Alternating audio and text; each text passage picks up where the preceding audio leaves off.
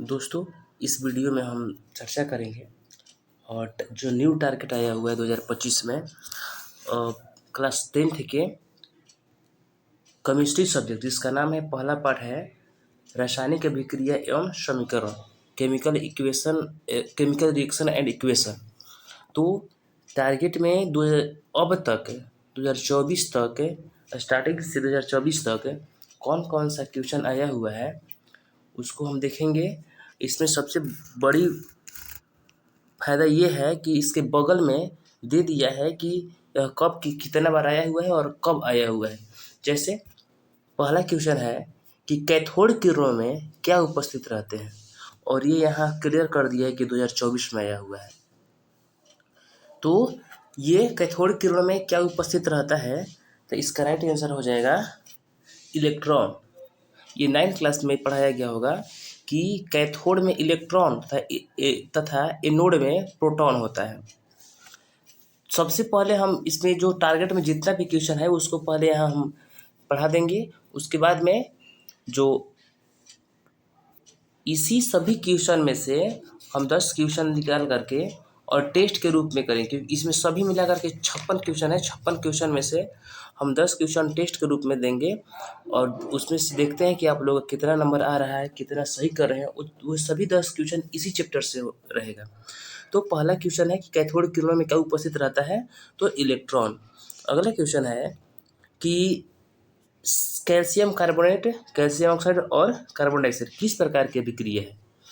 तो सबसे पहले आपको बता दें कि जब किसी भी यौगिक के में एस लगा रहे तो उसको हम लोग सॉलिड कहते हैं, ठोस, और जी लगा रहे तो गैस। तो इसमें कह रहा है कि कौन सी अभिक्रिया है। तो पाठ 1 का नाम है ही रासायनिक अभिक्रिया, तो इसमें केवल ज़्यादातर अभिक्रिया के बारे में पढ़ना है। तो ध्यान दीजिएगा, जब एक यौगिक टूट करके 2 या 2 से अधिक यौगिकों में बदल जाएगा तो उसको वियोजन कहेंगे। ध्यान दीजिएगा, यहाँ जब 2 को यौगिक मिल करके एक नया यौगिक बनाएगा तो उसको संयोजन कहेंगे, और जब एक टूट करके 2 अलग अलग यौगिक का निर्माण करेगा तो उसको वियोजन कहेंगे। तो आप लोगों को ये आया हुआ क्वेश्चन है सब्जेक्टिव में कि देखिएगा कि एक टूट करके 2 का निर्माण कर रहा है तो उसको वियोजन, और 2 मिल करके एक का निर्माण करेगा तो उसको संयोजन। तो प्रश्न आया हुआ है कि संयोजन अभिक्रिया को वियोजन अभिक्रिया से विपरीत कहते हैं, क्यों।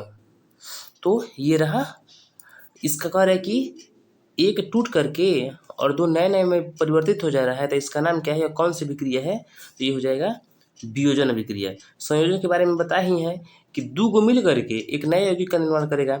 विस्थापन कहेगा तो इसमें एक यौगिक रहेगा और एक तत्व रहेगा, और यौगिक के जो मूलक रहेगा उसको विस्थापित करेगा।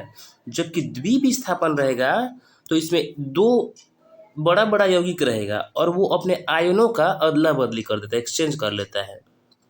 तो इसका राइट आंसर हो जाएगा वियोजन।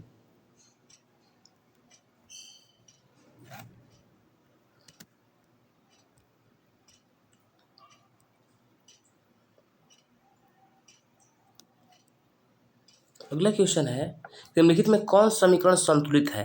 तो संतुलित और संतुलित करने के लिए कहेगा तो ध्यान दीजिएगा, जब इस तीर के दोनों ओर के तत्वों की, जब ये जो तीर है, जितना भी तीर है, इस तीर के दोनों ओर के तत्वों की परमाणुओं की संख्या समान हो जाएगा तो उसको हम लोग संतुलित कहेंगे, और समान नहीं होगा तो असंतुलित कहेंगे। देखेंगे पहला वाला में ऑप्शन ए में कह रहे हैं कि संतुलित को ढूंढिए।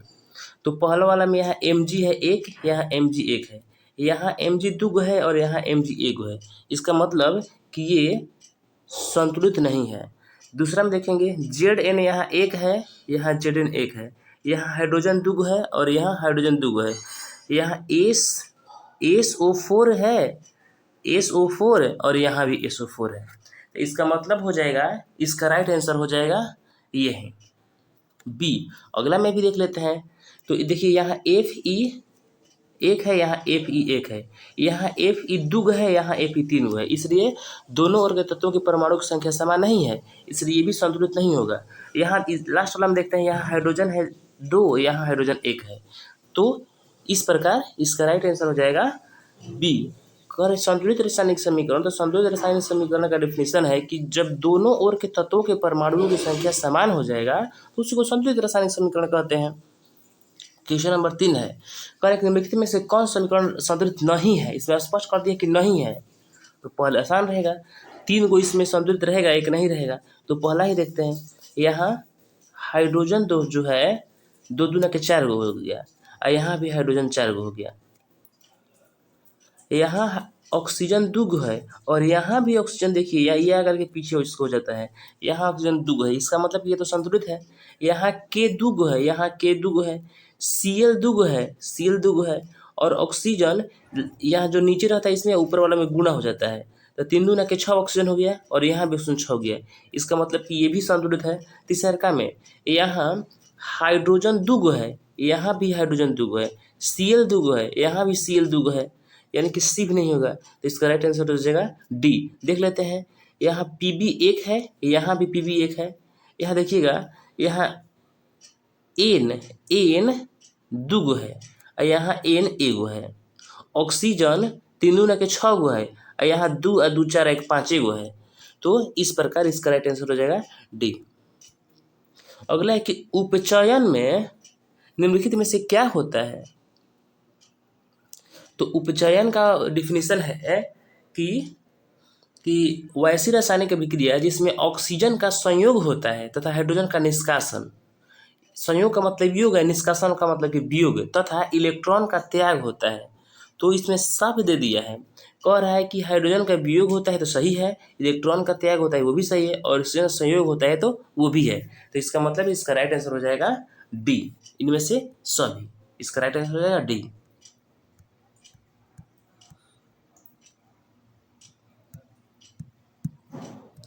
अगला क्वेश्चन की ओर बढ़ते हैं।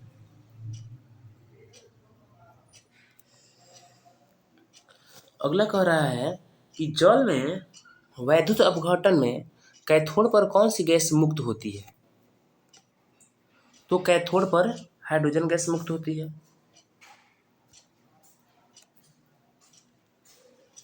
अगला क्वेश्चन कह रहा है कि कौन सी गैस उत्सर्जित होगी जब धात्विक जल के साथ अभिक्रिया करेगी। तो जब धातु जल के साथ अभिक्रिया करती है तब हाइड्रोजन गैस मुक्त करती है। जब ध्यान दीजिएगा, जब धातु जल के साथ अभिक्रिया करती है तो हाइड्रोजन गैस मुक्त होती है। अगला क्वेश्चन है,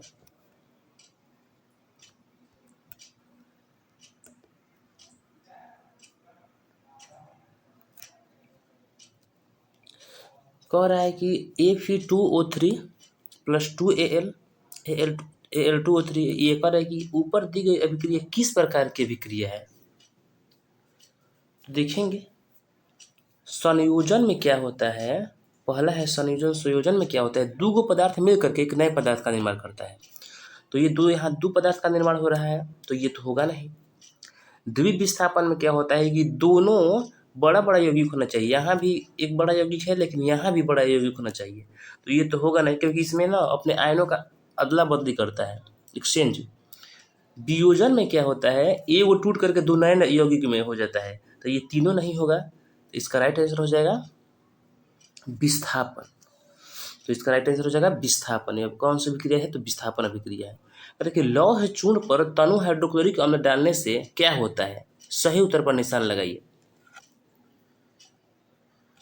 तो हाइड्रोजन गैस एवं आयरन क्लोराइड बनता है। याद रखिएगा, इसका राइट आंसर यही होगा कि जब लौह चूर्ण पर तनु हाइड्रोक्लोरिक अम्ल डालते हैं तो हाइड्रोजन गैस एवं आयरन क्लोराइड बनता है।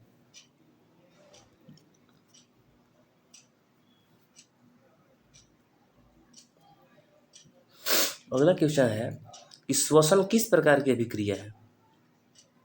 श्वसन किस प्रकार की अभिक्रिया है। तो जब हम सांस लेते हैं तो उसमें जब सांस लेते हैं तो ऑक्सीजन का उसमें ध्यान दीजिएगा, यहाँ पर जब सांस लेते हैं तो सांस लेने के बाद में ऊष्मा का उत्पादन होता है, और ऊष्मा उत्पादन होता है इसलिए उसको देखते हुए ऊष्माक्षेपीय अभिक्रिया हो जाएगा। ऊष्माक्षेपीय अभिक्रिया वैसे रासायनिक अभिक्रिया है जिसमें ऊष्मा का त्याग होता है, ऊष्मा निकलता है। तो श्वसन किस प्रकार की अभिक्रिया है?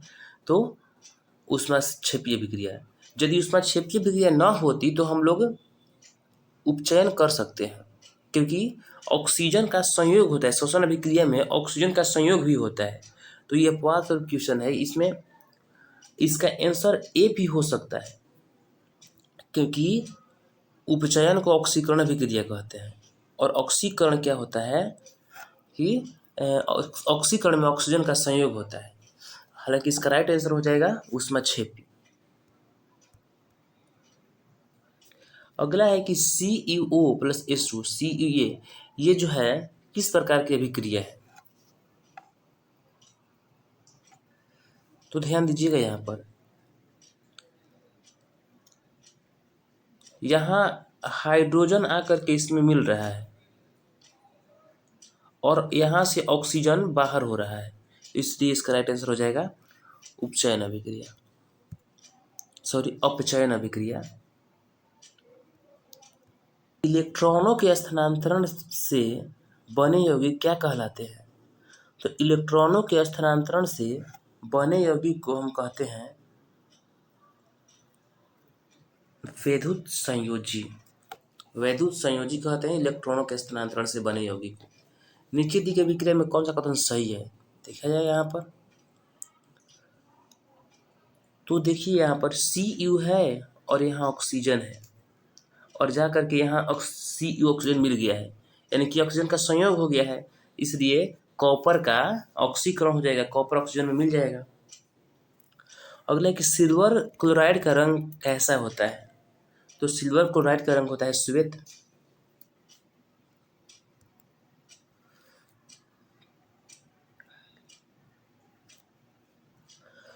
ये समीकरण दिया हुआ है, कह रहे कि किस प्रकार का समीकरण है।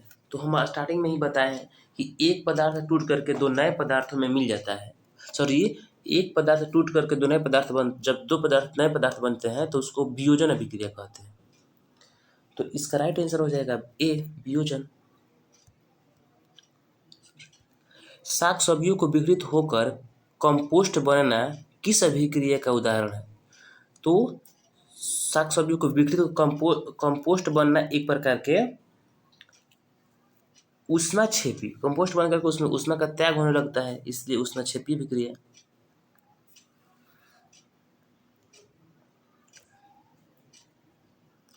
निम्न में से कौन सा उत्पाद लेड नाइट्रेट को गर्म करने पर प्राप्त होता है? लेड नाइट्रेट को गर्म करने पर क्या प्राप्त होता है? तो इसका राइट आंसर हो जाएगा Na2 और O2। ये सब आया हुआ क्वेश्चन है, इसलिए इस पर विशेष ध्यान दीजिएगा। निम्न में कौन सही है? तो इसका राइट आंसर हो जाएगा ये बी। इसको याद कर लीजिएगा, ये फॉर्मूला है। लोहा से जिंक को लेपित करने की प्रक्रिया को क्या कहते हैं? लोहा से जिंक को लेपित करने की प्रक्रिया को क्या कहते हैं? तो इसका राइट आंसर हो जाएगा गैल्वेनीकरण। और देखिए कितना बार ये आया हुआ है, इसलिए बहुत इंपॉर्टेंट है। इसको जो इंपॉर्टेंट है उसको बार बार आप देखिएगा, उसको बार बार रिविजन कर लीजिएगा ताकि अपना हो जाए। गैल्वेनीकरण,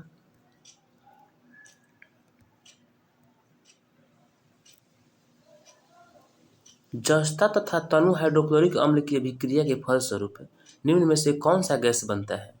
जस्ता तथा तनु हाइड्रोक्लोरिक अम्ल की अभिक्रिया के फलस्वरूप कौन सा गैस बनता है? तो इसका राइट आंसर हो जाएगा आप लोगों को हाइड्रोजन। कोई तत्व ऑक्सीजन के साथ अभिक्रिया कर उच्च गलनांक वाला यौगिक निर्मित करती है। यह यौगिक जल में विलेय है। यह तत्व हो सकता है कौन सा तत्व? इसका राइट आंसर हो जाएगा कैल्शियम। जल के एक अणु में हाइड्रोजन एवं ऑक्सीजन के परमाणु की संख्या का अनुपात क्या होता है?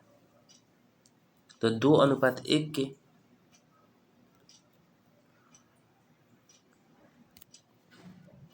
नीचे दी गई अभिक्रिया के संबंध में कौन सा कथन सत्य है? तो कह रहा है यहाँ पर, यहाँ है ZNO जिंक ऑक्साइड, यहाँ कार्बन है और यहाँ कार्बन मोनोऑक्साइड बना दिया है ऑक्सीजन मिल करके। कार्बन में ऑक्सीजन मिल करके कार्बन मोनोऑक्साइड बना दिया है। तो इसका राइट आंसर हो जाएगा कार्बन उपचयित हो रही है, तो इसका राइट आंसर हो जाएगा ए। निम्न में से अगला क्वेश्चन है कि निम्न में से कौन संयोजन अभिक्रिया है।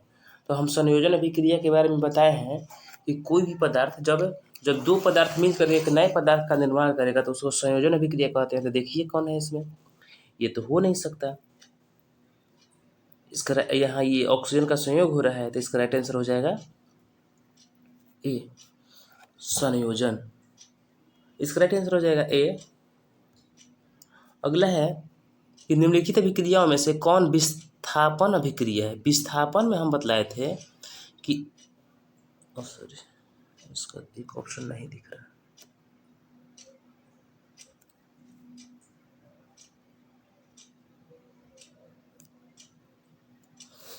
कौन विस्थापन अभिक्रिया है। विस्थापन अभिक्रिया में हम बताए थे कि एक बड़ा यौगिक रहेगा, एक छोटा कोई यौगिक रहेगा, तो ये तो होगा नहीं, क्योंकि ये तो एक टूट करके नए का निर्माण कर रहा है। यहाँ दोनों बड़ा बड़ा यौगिक है, तो ये भी नहीं होगा। इसका राइट आंसर हो जाएगा, ये भी नहीं, सी डी तो हो नहीं सकता है, इसमें बड़ा बड़ा यौगिक है दो। इसका राइट आंसर हो जाएगा सी। देखिए एफ ई, एक छोटा सा यौगिक कोई तत्व हो गया और ये बड़ा यौगिक हो गया। लौह चूर्ण परमाणु हाइड्रोक्लोरिक अम्ल की अभिक्रिया से क्या होता है। तो इसका राइट आंसर हो जाएगा हाइड्रोजन गैस एवं आयरन क्लोराइड बनता है। ये बात आप ध्यान में रखिएगा कि जब किसी भी अम्ल से कोई भी धातु अभिक्रिया करेगा तो हाइड्रोजन गैस मुक्त नहीं करेगा, तो इसमें हाइड्रोजन गैस मुक्त कर रहा है।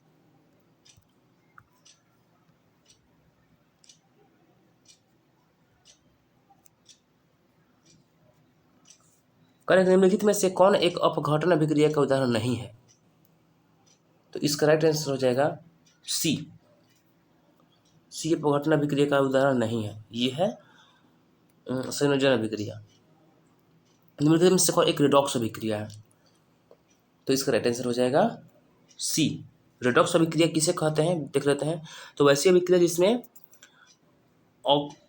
ऑक्सीकरण एवं अवकरण दोनों होता है। तो देखिए इसमें क्या हो रहा है, यहाँ CaO में ऑक्सीजन लगा हुआ है, तो यहाँ से देखिए यहाँ से हट गया है, और यहाँ हाइड्रोजन लगा हुआ है, तो जा करके ये ऑक्सीजन के साथ लग गया है, तो यहाँ ऑक्सीजन का संयोग हो गया और यहाँ से हाइड्रोजन का निष्कासन हो गया। तो इसमें दोनों अभिक्रिया है, ऑक्सीकरण और अवकरण दोनों हो गया, इसलिए इसको रिडॉक्स अभिक्रिया कहते हैं। इसका राइट आंसर हो जाएगा सी।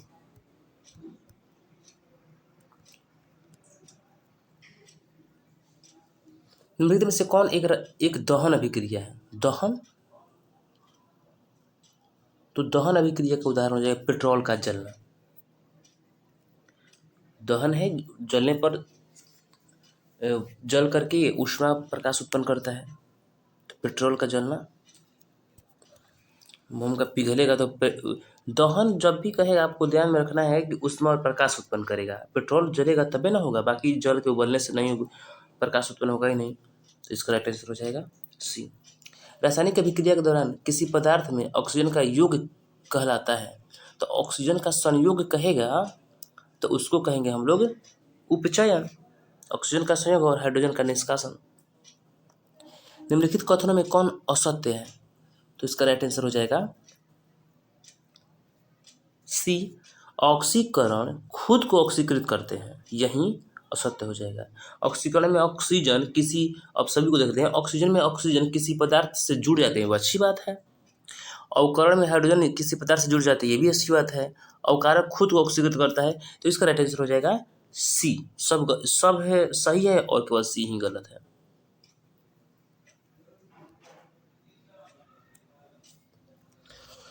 किसी यौगिक से रासायनिक अभिक्रिया में हाइड्रोजन का हटना क्या कहलाता है। हाइड्रोजन जब हटेगा तो उसको कहेंगे उपचयन अभिक्रिया। उपचयन को हम लोग ऑक्सीकरण कहते हैं। हाइड्रोजन का निष्कासन, हाइड्रोजन हटने का मतलब कि हाइड्रोजन का निष्कासन होगा, तो उसको उपचयन। किसी वस्तु को हवा में जलने के लिए एक निश्चित निम्न ताप की आवश्यकता होती है, और जो वह निश्चित न्यून ताप होती है उसको हम लोग ज्वलन ताप कहते हैं। इसका राइट आंसर हो जाएगा बी। ज्वलन ताप का डिफिनेशन है कि वह न्यूनतम ताप जिस पर कोई भी पदार्थ जलना स्टार्ट करता है। एक भूरे रंग का चमकदार तत्व एक्स को वायु की उपस्थिति में गर्म करने पर वह काले रंग का हो जाता है। तब उस तत्व का नाम हम लोग को बताना है कि वह एक्स तत्व कौन सा है। तो वह एक्स तत्व हो जाएगा कॉपर, Cu। अगला है Na2SO4, ये एक अभिक्रिया है। एक और है कि उपयुक्त रासायनिक अभिक्रिया है, यह कौन सा अभिक्रिया है। तो ध्यान दीजिएगा, यहाँ एक बड़ा यौगिक, यहाँ भी एक बड़ा यौगिक, दो बड़ा बड़ा यौगिक हो गया। और दो बड़ा बड़ा यौगिक जब संयोग करता है तो चुपचाप कह देंगे कि वह द्विविस्थापन अभिक्रिया है। एक और आ गया अभिक्रिया, कह रहा है कि ये जो है कौन सी अभिक्रिया है।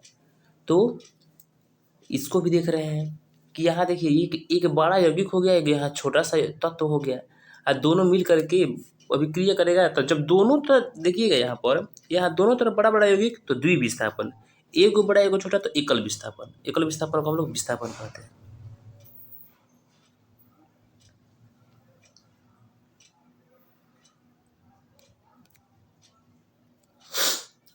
सॉरी, कह रहा है ये, इसमें भी पूछ रहा है कि कौन सी अभिक्रिया है।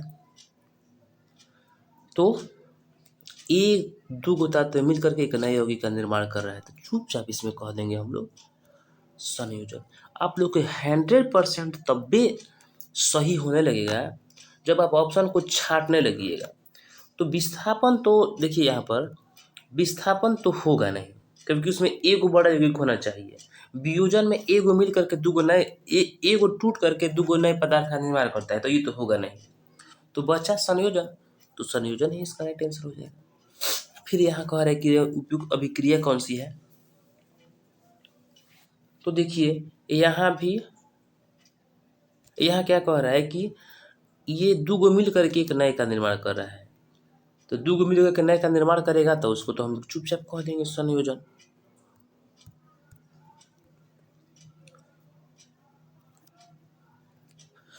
ऊष्मा के द्वारा की गई वियोजन अभिक्रिया को क्या कहते हैं। ऊष्मा के द्वारा की गई वियोजन अभिक्रिया को क्या कहेंगे, तो उसको कहेंगे ऊष्मीय वियोजन। ताप के द्वारा जो कहेगा उसको तापीय वियोजन कहेंगे। कह रहे कि जिस अभिक्रियाओं में ऊर्जा अवशोषित होती है उन्हें क्या कहते हैं।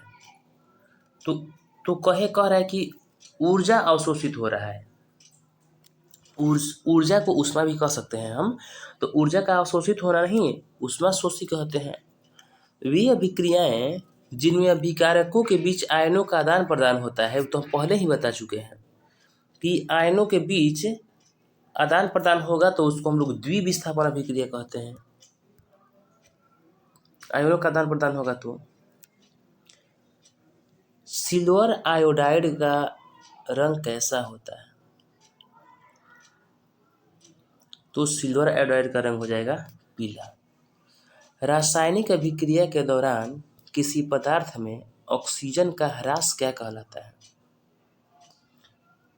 ऑक्सीजन का ह्रास कहेगा या ऑक्सीजन का निष्कासन कहेगा तो उसको अपचयन, जिसको अवकरण कहते हैं।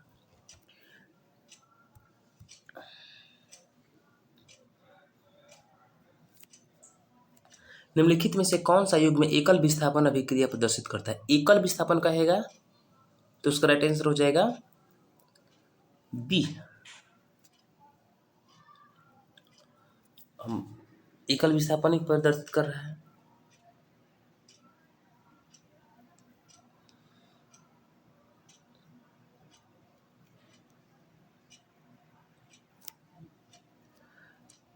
ये अभिक्रिया दिया हुआ है, कह रहे कि कौन सा अभिक्रिया है। तो देखिए, बताएं कि बड़ा यौगिक रहेगा, एगो कोई तत्व रहेगा तो उसको तो चुपचाप कह देंगे हम विस्थापन अभिक्रिया, आगे बढ़ने की जरूरत ही नहीं है। वियोजन में एगो टूटता है, द्विविस्थापन में दोनों क्या होता है कि बड़ा बड़ा यौगिक होता है। वायुरोधी बर्तनों में खाद्य सामग्री रखने में से उपचयन की गति हो जाती है क्या, धीमी कि तीव्र कि अति तीव्र, ये पूछ रहा है।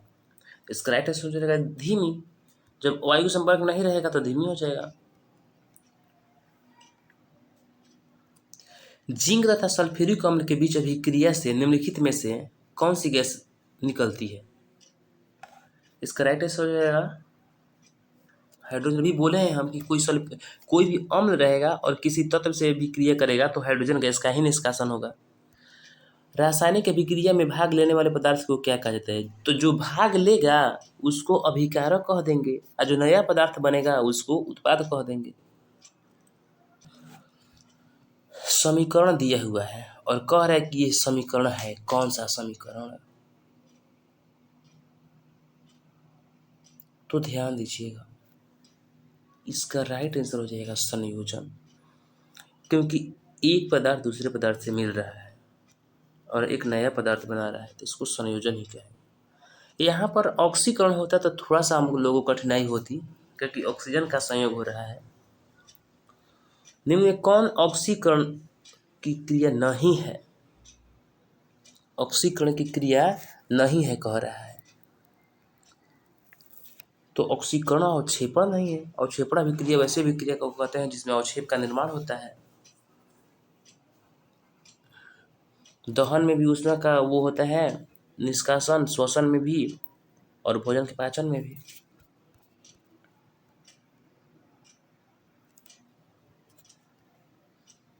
अभिक्रिया एक दिया हुआ है, आप पूछ रहा है ना कि यह कौन सी अभिक्रिया है, ये कौन सी अभिक्रिया है?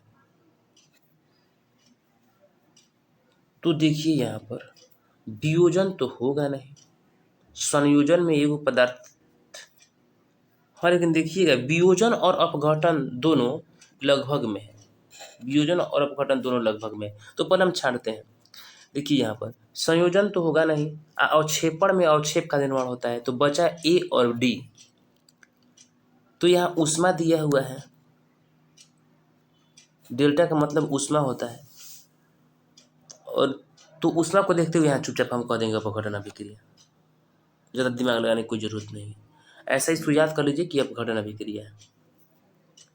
अभिक्रिया अगला 53 क्वेश्चन में एक अभिक्रिया दिया हुआ है, करे कौन से अपचयित होता है? तो इसमें हो रहा है ZnO, जिंक ऑक्साइड। ये देखिए भोजन का पचना किस प्रकार की अभिक्रिया है, ये बहुत बार आया हुआ क्वेश्चन। भोजन का पचना, तो भोजन का पचना जो हो जाएगा,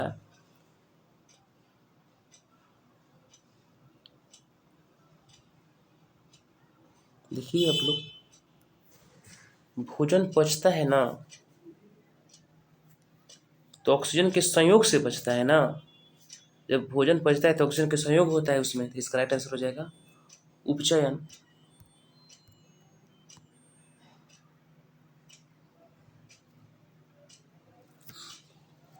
संतुलित कह रहा है तो आप लोग अपने से कर लीजिएगा,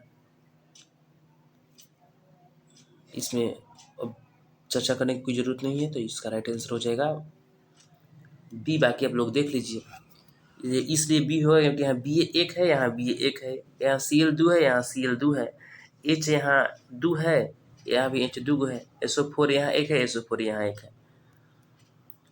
जब जब काली चूना पर जल डाला जाता है तब किस प्रकार की अभिक्रिया होती है?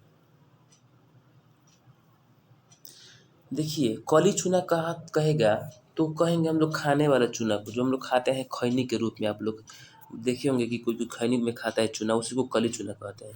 तो जब काली चूना पर जल डाला जाता है तो उसमें क्या होता है कि वो गर्म हो जाता है, ऊष्मा निकलने लगता है, तो ऊष्मा का निष्कासन हो जाएगा, तो उसको ऊष्माक्षेपी अभिक्रिया कहेंगे।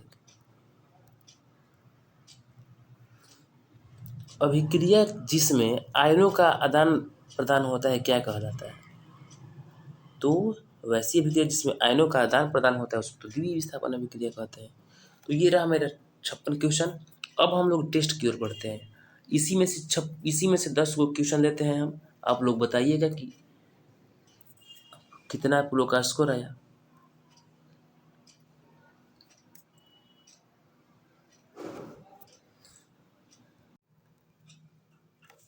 तो अब आपका जांच होगा, कह रहा है कि ऊष्मा के द्वारा की गई वियोजन अभिक्रिया को कहते हैं क्या? आप अपना स्कोर लिखिएगा, ऑप्शन आप लोग के सामने है। तो इसका राइट आंसर हो जाएगा उष्मीय वियोजन।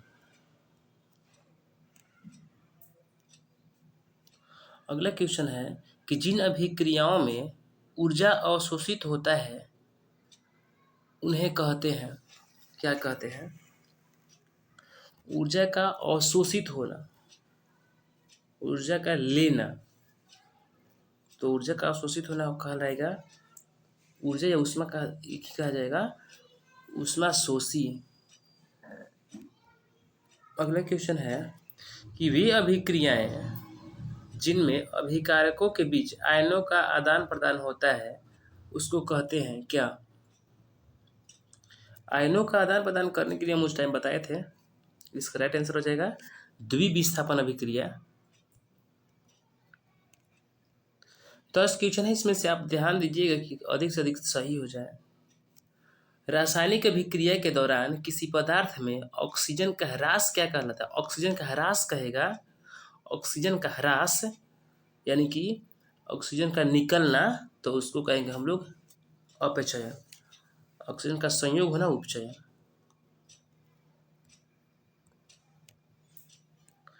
यहाँ रासायनिक अभिक्रिया है, ये देखा दिया गया है, इसमें बताना है कि कौन सी रासायनिक अभिक्रिया है। तो हम बताइए आप लोग पहले। तो हम बताए थे कि जब एक बड़ा यौगिक रहेगा और एक कोई तत्व रहेगा तो उसको हम लोग कहेंगे विस्थापन अभिक्रिया, जिसको एकल विस्थापन भी कहते हैं। संतुलित देखना है, तो देखिए संतुलित कौन है। यहाँ Na पहला में Na1 है, यहाँ Na1 है, यहाँ हाइड्रोजन दूगो, यहाँ हाइड्रोजन दूगो है, यहाँ हाइड्रोजन दूगो यहाँ है, एक यहाँ है, 3 गो है, इसलिए पहला तो नहीं होगा, पहला नहीं होगा।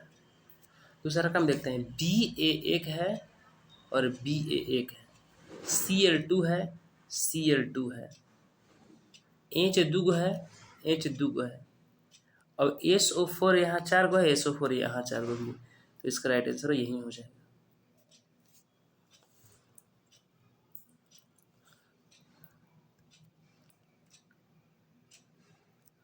अगला क्वेश्चन है, जब कली चूना पर जल डाला जाता है तब किस प्रकार की अभिक्रिया होती है? आप लोग बताइए पहले। तो जब जल डाला जाता है ना, तो उसमें से ऊष्मा निकलना है, ऊष्मा निकलता है, तो ऊष्मा जिससे निकलेगा उस ऊष्मा क्षेपी।